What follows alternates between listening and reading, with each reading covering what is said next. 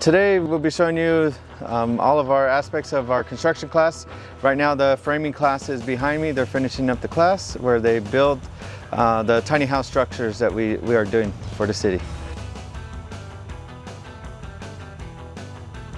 Are in the process of what we call sheathing the tiny homes, which is adding the strength to the tiny homes as they are on trailers and a movable structure. Even though these are tiny homes, they still are getting the same concepts as a residential construction build. We have a class of about 28 students in this morning class that goes at 7 o'clock in the morning to about 11 o'clock.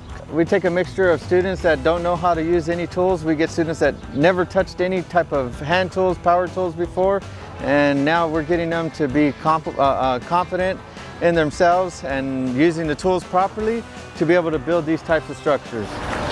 Guys, good. So one of the good things about our program is everything is project based and group projects.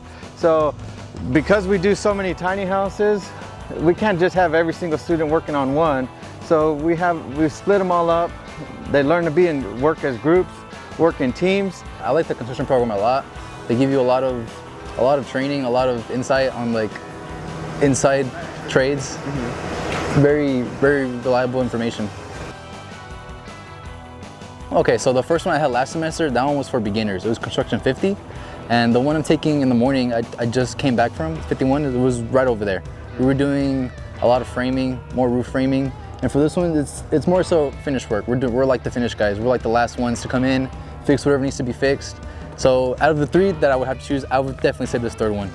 You know, you go in here and just like, you obviously want to do your best, but sometimes when you, like, what it takes to really learn is seeing your mistakes and just like, that's not what it's supposed to look like. So like, yeah, that's definitely the hardest part, I would say. The hardest part is getting students to understand the need for attention to detail. That's kind of hard to teach. We could talk about it and everything else, but in order for students to truly understand it, they have to think for themselves on that part.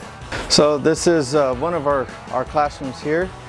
We hold about 30 students. It has a capacity of 30 students. At the start of each of our class, we meet in the classroom for about an hour to give all the lecture of what we're going to be doing, what tools we're going to be using, what the process is to doing whatever task that we're going to be doing. And we usually meet in the classroom for about an hour. And then after that, we transition out here to the lab area for about our class time is about 4 hours total. We're giving them that skill that would never be replaced by a robot. This type of skill will always be needed in their lives to be able to make the money that they're interested in making.